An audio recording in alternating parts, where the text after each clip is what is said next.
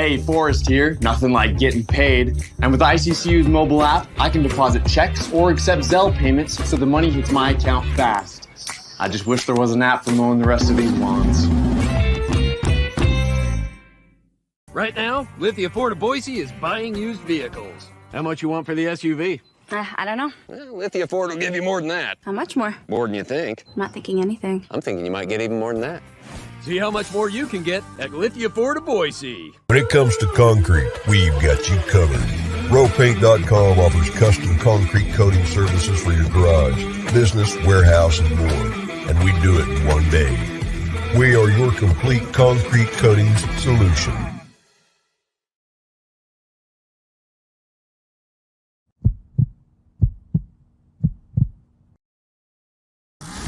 This is Bronco Nation News Live. The best interviews, the most informed opinions, the latest breaking news. Joining BJ Rains today is KTIK 95.3 FM The Ticket's Mike Prater. Listen to Idaho Sports Talk with Prater in the Ballgame, weekdays from 3 to 6 on 95.3 FM The Ticket and online at KTIK.com. Today's broadcast is coming from the Cutwater Spirits Canned Cocktail Studios. Check out one of their more than 30 flavors of pre-mixed premium cocktails at your local gas station or grocery store. Now, here's Mike Prater and BJ Rains with another edition of Bronco Nation News Live. Hey, greetings. Happy Thursday, Boise State fans. How we doing? Bronco Nation News live here at BroncoNationNews.com. Dealing with a little bit of a hoarse voice today, so we're going to give you exactly what you want. Plenty of Mike Prater talking to fill 30 minutes here. But Prater, always appreciate having you on Thursdays. And spring games behind us, but still news and things happening, and NIL and scholarships and transfer portal and all kinds of stuff still going on. So we kick off kind of the off season today. I guess today we'll kind of wrap up the spring, look at the spring game. We got a couple other topics as well, and then we'll figure out next week what to talk about. But appreciate you as always coming on, sir. Appreciate you playing hurt, BJ. I can be the blowhard for the day. I can be the one that I'll just throw out a whole bunch of nonsense. We'll fill this sucker up. We'll make people smarter. Let's have some fun. As I texted you, I'm going to need you to talk more. I'm like, do I really need to say that, or are we going to be okay for 30 minutes? But no, appreciate you as always, Mike.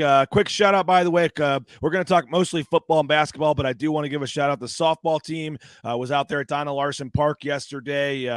Friend of the show, Justin Schultz, got ejected again, his second time this season. But they split the series with Nevada. So I know, folks, at least till the spring game, maybe don't turn their attention to some of the other sports, but the softball team, Justin Schultz, second year after coming over as the hitting coach at Oregon, they won 40 games last year and were literally the first team on the wrong side of the bubble last year to make the tournament. They're having another nice season, 8-2 in conference play and first place in the Mountain West for the softball team after they split the series yesterday with Nevada.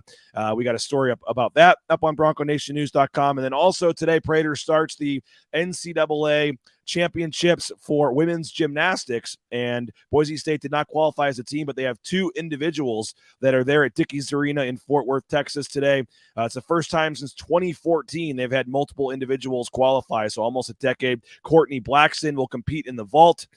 She had a 10.0 perfect score at the regionals, first time in program history. And then Emily Lopez will be there as well in the bars. She had the perfect 10 earlier this season as well. So Emily Lopez, Courtney Blackson, good luck to them. That's at 1 o'clock today, and that is actually on ESPN Plus. So you can watch video of that on ESPN Plus at 1 o'clock if you are interested in that, and good luck to them. The softball team, by the way, will be on the road for a doubleheader at San Jose State on Saturday. Jordan says, love the softball coverage. Appreciate that. Yeah, it was a fun time out. A little cold, but Kelsey Hall, by the way, Prater, 3 more home runs, and she has 10 home runs in her past 13 games. So I don't care what level of Little League, baseball, Major League, softball, college, whatever, 10 home runs in 13 games. That's pretty impressive. Yeah, that's very impressive. And Emily Lopez and Kelsey Hall have both been on Idaho Sports Talk, so we're fans of both of them. There you go. Through name, image, and likeness, and other things. And I know that Idaho Sports Talk, not that we're giving a quick plug, we're going to do our show. Okay, we're doing a beat. We're inspired by Bronco Nation News and Idaho Sports Talk on the 21st. Next Friday is going to be out there broadcasting its show live from the outfield. So making our debut at Boise State softball. So cool things going on. Kelsey Hall, gymnastics. I love what's going on with those two programs right now. Well, I hope you guys bring the little 10 by 10 pop-up tent, because yesterday there were 6 home runs hit between the two teams, at least in the first game. So I think they ended up with 8 or 9 home runs. And Prater, it was elementary school field trip day to the game yesterday, and they were all spread out in the outfield, and you'd see the home run land in the grass, and immediately you'd see about 100 kids go into a pile fighting for the ball. There's a couple of clips of that up there, but I was just hoping a couple of those screamers weren't going to take down the second graders there from the elementary school. But no, that was a fun time. And yeah, you'll have a beautiful time out there on the hill. That's pretty cool. You guys are doing that. That's the Utah State series next weekend, so they've got a couple games before then, but yeah, that'll be cool. Looking forward to getting your thoughts after you head out there. But I do want to get your spring game thoughts. I want to talk mostly Boise State football today, but I did want to get, you've talked plenty about Leon Rice, Max Rice. You've written a lot of columns about their relationship, about them. And, we were talking last week about, how many more players are they going to add to this super team and things like that. And really what happened, Mike, was I had, they've got one more scholarship to give, and we expect that to go to a big guy, and we could get some news on that as early as tomorrow, it sounds like. But we keep seeing tweets pop up where Boise State's listed with guards. And I just put out a simple tweet. This is interesting that they're still recruiting guards when it looks like they only have one scholarship left that's probably going for a big guy. And right away, I got 2 or 3 people again ripping Leon Rice for the fact that Max Rice was still on scholarship and that he should give up the scholarship so that they can add another player. And their reasoning was because it was free. Well, they're just wasting a free spot. So I've heard that for 2-3 years. It's free. It's free. Why are they doing this? It's free. Well, I said, you know what? Is it really free or not? So I looked up on the Boise State website. I called Mike Walsh. I got all the documents and figured out what is the case. And first of all, it's not free. For one kid, you get 65% off. So you still have to pay 35%. Now, before I get to the numbers, it's a whole different argument. Obviously, Leon Rice can afford it. We can get to that in a second. But just the actual factual talk about how much it costs. One kid gets 65% discount. So they still have to pay 35%. And again, that's for one kid. But in this case, now Cade Rice is also on the team. So they have 2 kids on the team, 2 kids enrolled at school. So Cade Rice essentially would get 65% off. They have to pay 35% for him, which is what they're doing right now. To move Max Rice to scholarship, the Rice family would be on the hook for 100% of his tuition costs. And to be eligible to play next season, he's got to be in 12 full-time undergraduate hours or 9 graduate hours to be eligible. And so when you factor that, and then also, again, walk-ons don't get cost of attendance stipends. That's, over $5,000. Walk-ons don't get stipends for housing, for books, for all this other stuff. When you add it all together, and again, Leon Rice can obviously afford it. He's a millionaire. I get it, but it's not free. It would cost about $28,000, over $28,000, almost $29,000 for Max Rice to move to walk-on. Now, some folks didn't necessarily like the column. They took a harder stance the other way, saying, yeah, but it's an investment he should make, because if he wins the first tournament game, he gets a $76,000 bonus, and he's going to bet on all the. I guess 1 year Greg McDermott at Creighton, there was a situation where one of their better players got a medical 60-year red shirt before all this COVID stuff, and it was an unexpected thing where they wanted him back, and so it was a last-minute thing, and they decided to move McDermott's son. Now I'm forgetting his name, but Greg McDermott's son was All-American. He ended up for his final year paying for him so they could have this kid back on the team, and so it has happened before. And I guess I wanted to get your thoughts on this, but I my thoughts are, if he wants to do it, great. That'd be awesome. You're helping out the team. You should be commended for that. But if he doesn't do it, it's not something that I think he should be criticized for or feel guilty for. His kid isn't, Max Rice has earned a scholarship. He should get a scholarship for what he's done. He's one of the best returning players in the Mountain West next season. So on merit, Max Rice is a scholarship player. And if, they feel the roster's good enough and Max Rice wants to stay on scholarship and Leon Rice doesn't want to pay $28,000 regardless of how many millions are in the bank, I don't think you can criticize him for it. Praise him if he does it, but if he doesn't do it, I don't think that's something where the social media mob should continue to rip him for doing that and saying that they're not, doing what's the best for the team and all this kind of stuff. And so that was kind of the premise of the column, was to mostly say it's not free. Here's the finances. Here's how much it costs. And also, if he wants to do it, great. But if he doesn't, I don't feel he should be criticized for it. Mike, where do you lay in all this? Yeah, I'm not going to get too wrapped up in the family politics. Can he afford it? Can he afford it? Can he afford it? I don't worry about that. Obviously, he can't afford it, but to me, it's about Max Rice and what he's deserved and what he's earned, and the the psyche of a basketball player. If you take a scholarship away from an earned basketball scholarship player, then that, I don't care what the circumstances are, that's going to be in the back of your mind. So yeah, he's a scholarship player. He's earned it. He's one of the better players on this team. He's going to be one of the better players in the conference, like you said. And I wouldn't get too wrapped up. I thought the reporting was good. I thought the information was smart, but let's not get too wrapped up in a couple of social media trolls. Max Rice deserves to be on scholarship. And if you take away a scholarship, he's a human being. And I don't care who takes it away from him, dad, God, country, whatever. If you take away Max Rice's scholarship and he goes to work every single day as a non-scholarship guy, he feels slighted because somebody asked him to give up $1 worth of his salary for the betterment of the company. That doesn't always work for the company. That doesn't always work for the individual. So yeah, Max Rice deserves it. Leave it alone. Let's move on. And if the second coming of if Bronny James wants to come here and they need a scholarship, I suppose Max or Leon could go to Max and say, I need to make a quick business decision. We'll make that happen, but I don't see that happening, BJ. I also think, as you know, there's guys like Jace Whiting, RJ Keane, Kobe Young that are expecting to get some more playing time this year and expect to be a big piece. If you go get this UC Irvine guard that averaged 15 points a game, does it make your team this year better? Probably yes, but I would think there's a decent likelihood one of those guys transfers. They're not. You bring in a guy with 2 years eligibility that's going to be above you on the depth chart in this day and age. I don't know if RJ Keane's already waited 2 years to play. I'm not sure he's going to wait 2 more years. So I think that's a factor too. The roster dynamics, the chemistry. It's not as easy as let's just go get 8 starting quality guards. I mean, yes, you want to have depth. Yes, you want to have as much depth as you can, but you want quality depth, and guys that are starting in other places aren't just going to come here to be the 8th or 9th man.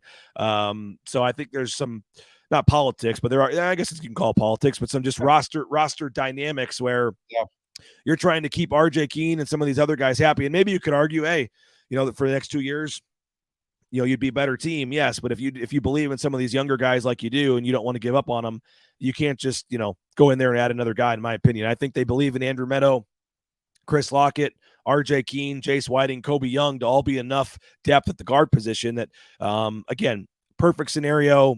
I'm not even ruling out. I think Leon Rice, I think there's a chance if they do find the perfect fit that he would consider doing it, from what I'm told. And I think that'd be awesome. I just don't think he should be ripped for not doing it. It's just like fans are just taking it as some given that it's just obviously happening. And the fact that it's not happening is just crazy. And that Leon Rice is not, and I've seen others suggesting, can't they come up with a $29,000 bonus to give him for something just to help pay for it?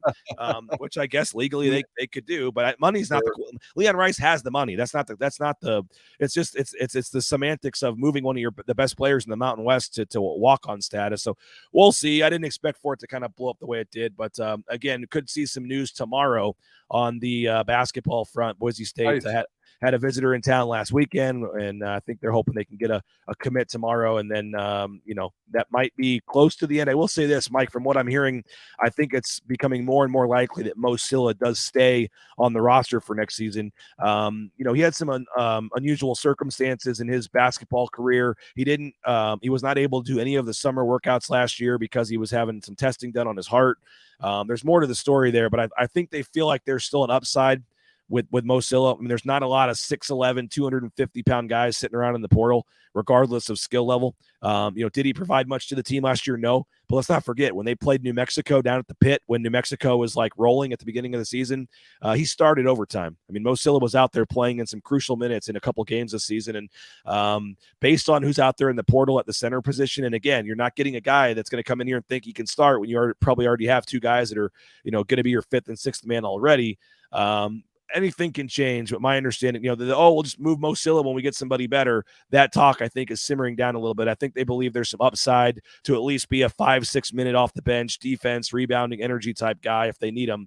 So I think, at least as of now in my roster projections, I'm going to keep Mo Silla on the team next year. But if they get a guy, I know Omar Stanley's a guy out there a lot of people are talking about, and St. John's transfer, but if they can get one more piece in the middle, Mike, and what do you make, I guess, of the 4th edition, one more guard, I think would quote unquote maybe make people believe more of the super team. And we've talked about that. There's going to be a lot of expectations on Leon Rice for using that phrase and using those words in terms of what this is going to look like. But you add Cam Martin, you add Roddy Anderson, you add a big guy, and then you bring in Meadow and Lockett as well. I mean, do you think that the roster is that they did enough this offseason, if that's it?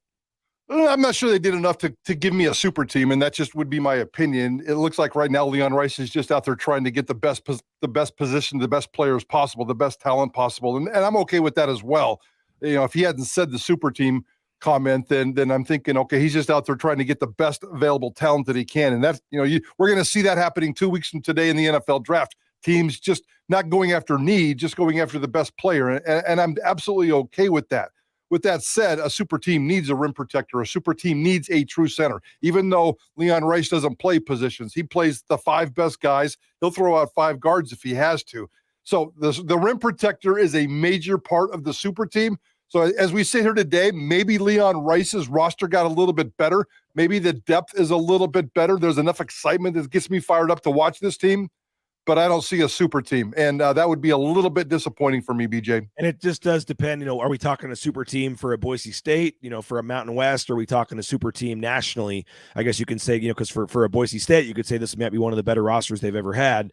But I think when some people think super team, they were thinking, you know, 5-star guys or maybe a little higher level from some of them. But I will counter your point a little bit. I agree with you. They're going to need, that's one of the reasons Mo Silla, I think, is staying, because other than him, they don't have anybody taller than 6'9" on the roster right now. So, you know, a team like Kansas played most of the year with nobody taller than 6'8" on the floor, and they were a number 1 seed in the tournament. So, I mean, is it possible to play with a smaller lineup? Yes. Would you prefer to have a Graham Ike or a Nathan Mensah or some huge big guy in the middle? Yes, also. So I agree with you, and it just depends how they want to build the roster, and we'll see. But there could be, they got to Ugbo in the mix yesterday, and then there could be some, again, news in the next 24, 48 hours on the post player as well, and then we'll kind of see where the roster sits. Let's talk some football, wrapping up spring ball. But first, want to remind you we're broadcasting from the Cutwater Spirits mobile studios. More than 30 flavors of premixed premium cocktails. You can pick yours up at your local gas station or grocery store. If you're looking to get rid of that ugly stained concrete you have, how about a concrete coating from RealPaint.com? 5 times stronger than epoxy. They can install it in 1 day. They've done our back patio and our garage. We're so happy. You get a free estimate. They'll come out, no strings attached, and walk you through the process, tell you what it would cost. Highly recommend it. ROEPaint.com. Check them out. RealPaint.com. Lithia Ford of Boise. They will buy your used vehicle even if you don't buy from them. It's pretty rare these days, but they will take your vehicle, make you a cash offer right there on the spot from the appraiser. So drive it on into their location there, and you can find out their full inventory of vehicles and do what the Raines family did, purchase a vehicle from them at lithiafordboise.com. Idaho Central Credit Union, we got some fun stuff in the mix, Prater, that we're working on with ICCU, ICCU.com. The best in mobile e-branch online banking. Check them out. Idaho Central Credit Union. There's a location pretty much in every corner. ICCU.com. You looking for a job? How about transportation compliance service? They can help you every step of the way to get into the trucking industry.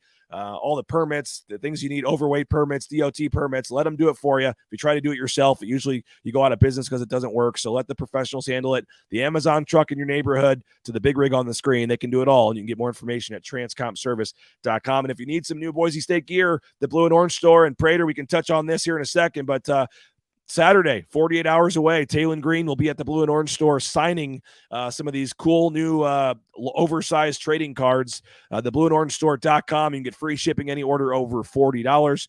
And if you're in the area again Saturday, Taylor Green, I think it's 11-1, Prater, that Taylor Green will be at the Blue and Orange store for an appearance. So if you want to go meet Taylor Green, get his autograph, go to the Blue and Orange store at the Boise Town Square Mall on Saturday from 9 to 11. And that was pretty cool, Prater. I know you've the other camera angle you had. You had the, I don't know if JP's still there and can pop it on real quick, but you guys had the trading card for Taylor Green. It's an oversized card. There it is. Look at that. I'll put it full screen here for folks to see. How about that? Thank you, JP. Tell us about this, Prater. Yeah, it's really beautiful. On Marketing, the local company here, a couple of local guys that have put this sucker together. I think it's a really, really cool situation. So it's a big metal card. It's, as you can see, it's about 3.5, maybe 4 feet tall, a couple of maybe 2.5 feet wide. Beautifully done, very modern, very sleek, very heavy, very durable. If you can flip around on the other side, it's like a regular trading card. It's got information and stats on the back, and it's really fun. It's got holes in the top, so you can kind of hang it from your man cave. $97. They're selling 100 of these suckers, and I don't know if they're going to sell out on Saturday, but I think it's a really cool deal. So they're going to try to continue to do these more. I know they're working with Gonzaga basketball. They're working with Alabama softball, and maybe even a future partnership with some Boise State basketball players or a star on the Boise State basketball team. But these trading cards are really, really cool. So On It Marketing, Blue and Orange Store, Taylor and Green, the NIL people at Boise State, I think it's a really cool deal, BJ. Now, I know you guys have a lot of clout and a lot of, you guys are a big deal there and people want to bring stuff to the studio. But they only made 100 of them and they gave you guys one. That's crazy. Well, they can, talking to Idaho Sports Talk and Prater in the ball game and JP's worth $97. It's a free deal. So yeah, so it's actually one of 99 when somebody goes to buy one because you guys got one of them there in the studio. Well, I'm assuming Talon got one, and so maybe we're down to 98. But maybe the On It guys were smart, and they are really smart guys. Maybe they made like 104 of these suckers, and they're giving away 4 for free. And it's a cool deal. Talon's already been paid. He's got it might be the most significant cash NIL deal that Boise State athlete has had. It was 30% of each one, right? He gets $3,000 for the whole deal. Yeah, so I guess that would come down to because it's a $10,000 package, and he gets $3,000 of it, and obviously there's some costs, and then the company itself in there. So I think it's cool. I think it's cool, and Taylor Green's got some nice pocket. It's a couple of pieces of cash is a heck of a lot better than a slice of pizza. No doubt. Yeah, you can have the pizza deal all you want to go give your offensive lineman a free meal, but when you got $3,000 for a 2-hour appearance of signing things, that's certainly nice. So that's cool. Thanks, JP, for putting that up there. That'll be 9 to 11 if folks want to go up there and meet Taylor Green. No, excuse me, 11 to 1. 11 to 1. Yep. 11 to 1 on Saturday at the Blue and Orange Store there at the Boise Town Square Mall. Prater, we got your thoughts after the game. We appreciate you coming by the James on Saturday. But overall, what stood out to you about the spring game or the spring in general as we now get set for a long 3.5 months without football here? Yeah, if spring games are designed to get people fired up and excited, and that's really what it is. It's just an inter-squad scrimmage. They did all their dirty work behind the scenes and got everything done. So this is more of a celebration for fans, and I think they got exactly what they wanted. They got an offense that is going to be pretty dang explosive, as we like to say around here. Very explosive offense, lots of tools, lots of things to play with for Taylor Green and company. The defense has got some issues on the other side, so we're going to keep an eye on that defensive line. Very, very worried about that defensive line. I think the back part of Boise State's defense is in pretty good shape. The middle, I know DJ Schramm's not really playing a lot not playing at all this spring. So there might be some depth concerns at the linebacker spot. It's funny. All of a sudden, Boise State is a major offensive team and not so much defense. It's been defense first under Andy Avalos. He hasn't scored more than 30 points a game average-wise in his 2 years at Boise State. That's been the standard for 25 years around here. And I think they finally have an offense that can probably average about 35 plus a game. That'll be fun to watch. I know there was a lot of concern about the guys they lost on defense, just when the season ended, losing Skinner, losing Jones and Matlock and all these guys. And, I asked Winston Venable about it yesterday, but I mean, again, you were without Schramm. He was injured. You were without Markel Reed. You were without, who was the guy on the Dimitri Washington. Dimitri Washington, and you go down the line. So again, it wasn't the defense you're going to see start line up against Washington. But with that said, did you see anything this spring to ease the worries or concerns you have about the defense going into next season? The development at cornerback probably helped. The Marion McCoy guy. I mean, they talked about him a ton, and he played, and he was pretty active on Saturday. One of the only corners that could play. They had to. Yeah. So I think there's some depth at corner. I think there's 4 guys that they can plug in and play. And I'm not going to sit here and say they're all going to be difference makers, but collectively, those 4 are going to be good enough for me. So I'm okay with that. It's just that defensive line to me was really, really exposed. And doing some research after the fact.